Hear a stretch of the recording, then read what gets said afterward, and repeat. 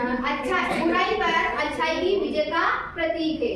ठीक है, ये कहानी जुड़ी हुई है प्रहलाद नाम के भगत से। एक छोटा सा लड़का होता है, इसका नाम क्या होता है? अरे देखो, एक छोटा सा लड़का होता है, इसका नाम होता है प्रहलाद, जो ईश्वर का भक्त होता है और ईश्वर की भक्ति करता है। जो प्रहलाद होता है उसके पिताजी क्या होते हैं? राजा, जो क्या होते हैं? एक राक्षस होते हैं। अब उन्हें अच्छा नहीं लगता कि उनका जो बेटा है उनकी पूजा नहीं करता और किसी और ईश्वर की पूजा करता है। तो राजा ने क्या किया? राजा ने अपनी बहन, जिसका नाम क्या था? होलिका, है ना, होलिका को कहा कि तुम इस प्रहलाद को अपनी गोद में लेकर आग में बैठ जाओ और जिससे क्या होगा? ये मर जाएगा। जबकि होलिका नहीं जलेगी। क्यों? क्योंकि उसे वरदान था कि वो आग से नहीं जल सकती। तो ठीक है, ऐसा ही किया गया। काफी सारी क्या हुई? लकड़ियां वगैरह जमाई गई ताकि उन दोनों को आग में बैठाया जा सके।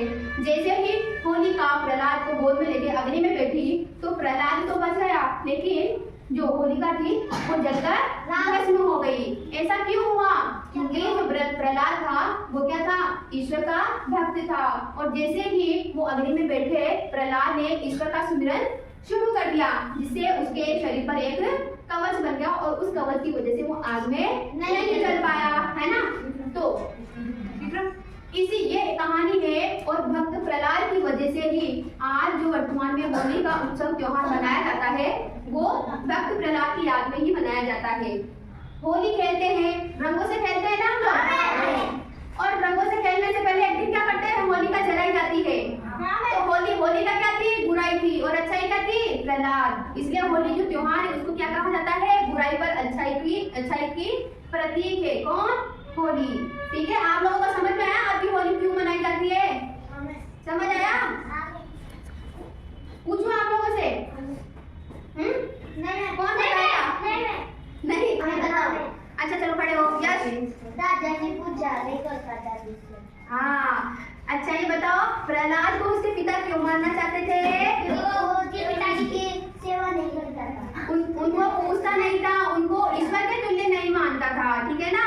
तो पिता को क्रोध था कि ये मुझे ईश्वर तुल्य क्यों नहीं मानता है, इसलिए उन्होंने योजना बनाई कि इस प्रहलाद को मार दिया जाए, है ना।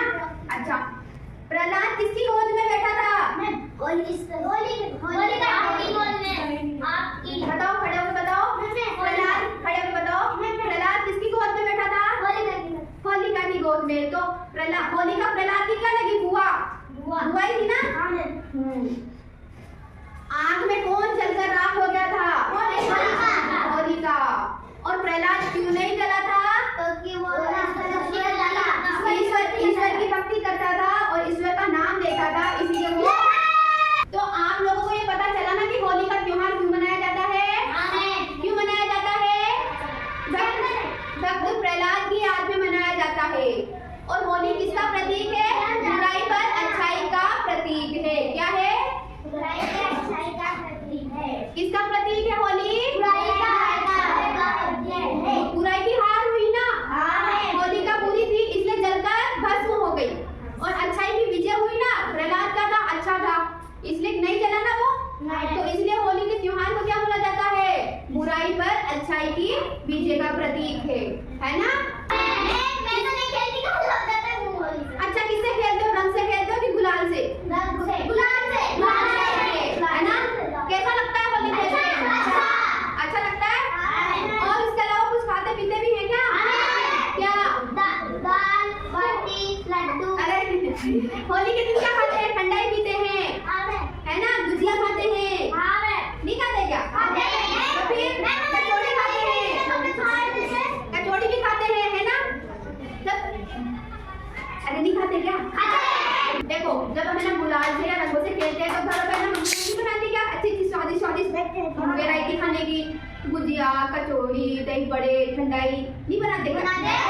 पापड़ वगैरह गैस पे आते हैं तो फिर